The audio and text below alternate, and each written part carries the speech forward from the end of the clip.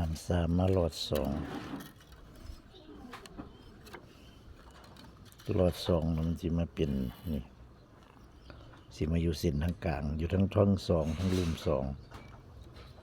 วันนี้เขาขามสามมาหลอดสองอีกมันเส้นนี้มันออกมานี่เส้นนี้มันก็สิลงไปหูเดียวกันนี่มันจะมาขัดกันอยู่นี่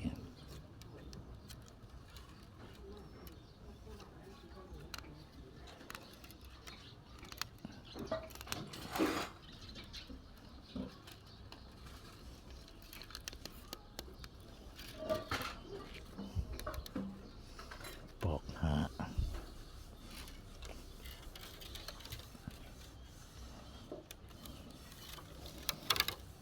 เดิมเราต้องเริ่มเอาเข้า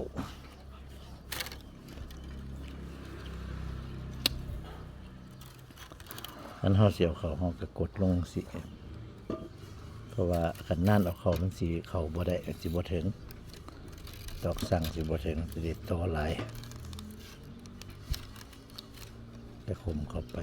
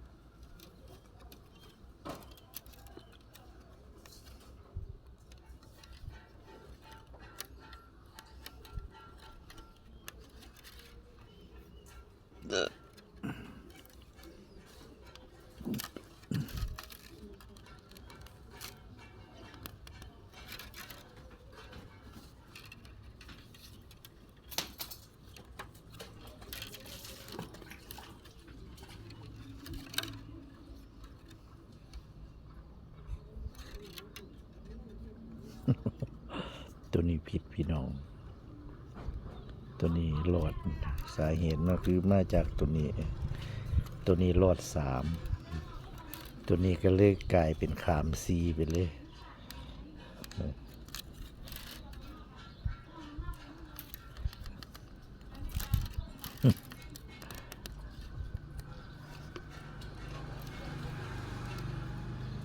มันผิดเราก็แก้ไขไหม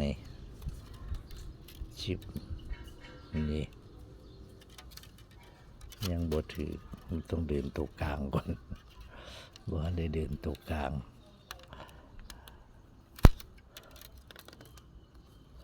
บ่ได้เดินเส้นกลาง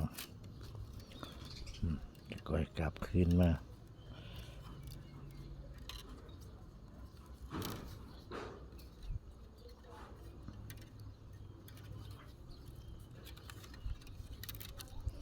ถ้ามันผิดนี่เขากลับขึ้นไปเบิ่งต้นต่อมันผิดจากตรงใดเขาก็ แก้ไขจากมองหันคันมันผิดเราก็ต้องแก้ซะก่อนคันเฮามั่วหรือมันสิเป็นการสารยากสิบ่ถูกนี่คือบ่ถูกไปเรื่อยๆมันสิไปหน้าเรื่อย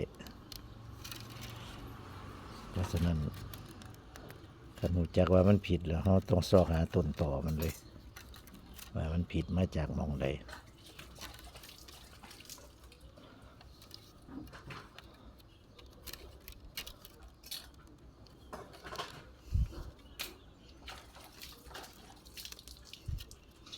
นี่คือของปอกหาสำหรับเมฆตอกในบัวาสีของปอกหาหรือของไล่หลงหรือของไล่หน่วยมันสิเป็นตอกแบบเดียวกันด้วยพี่น้องตอกสั่งก็ดีตอกสารก็ดีเป็นแบบเดียวกันเฮ็ดแบบเดียวกันเลยวิธีเฮ็ดวิธีเหลาเฮ็ดคือกันเลย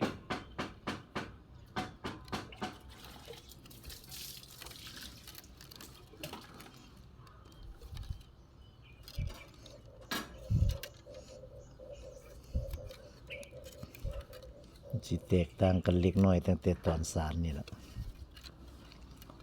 กันปอกหาวิธีสารปอกหาขาม3หลอด2ปอกหานี่ต้องขาม3เซนเราหลอด2เซนได้อยู่แต่ว่าคันไล่หลงขาม3หลอด3แล้วมันสิมีหม่องหนึ่งเป็นหลอด4มันสิมีหม่องหนึ่งเป็นหลอด4สำหรับไล่หลงต้องหลอด4หม่องหนึ่งแต่ละสารไปแต่ละรอบนี่มันสิมีหม่องหลอด4อยู่หม่องหนึ่งไล่หลง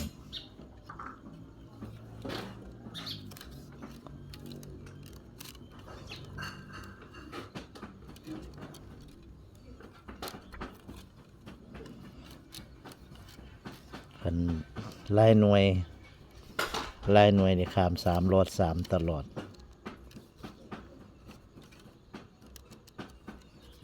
ไล่หน่วยไล่ขู่ใหม่สมัยก่อนขู่ขี้ซีเพิ่น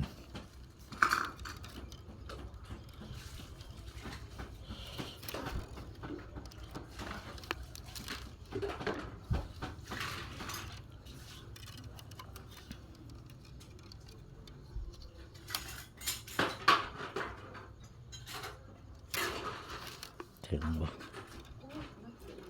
3หลอด2บ่ถึงพี่น้องบ่ถึงเฮากะต่อไหมต่อเลยต่อนี่ต้องต่อเส้นหลังตลอดพี่มันเริ่มต่อแต่พี่คันสิไปต่อทั้งหน้ามันต่อยากเอามาต่อหม้องนี้เลยแต่มันไปบ่ถึงแล้วเฮามาต่อรถ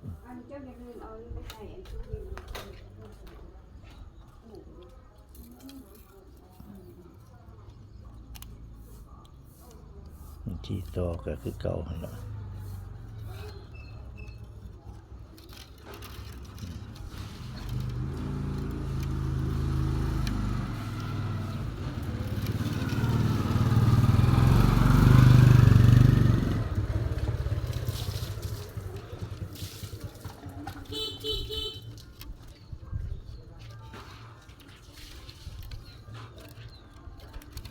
ค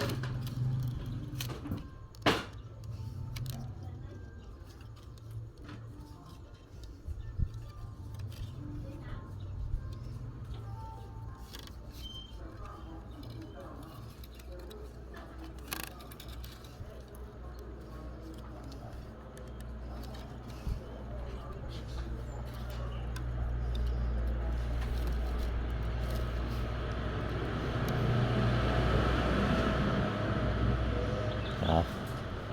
อันนี้คือสารปอกหาสารปอกหาของปอกหาสารให้พี่น้องได้เบิ่งกันสำหรับคลิปนี้ก็ขอจบไปเพียงแค่นี้สักก่อนคลิปต่อไปสิเป็นตอนใดพี่น้องก็ติดตามต่อไปสวัสดีครับ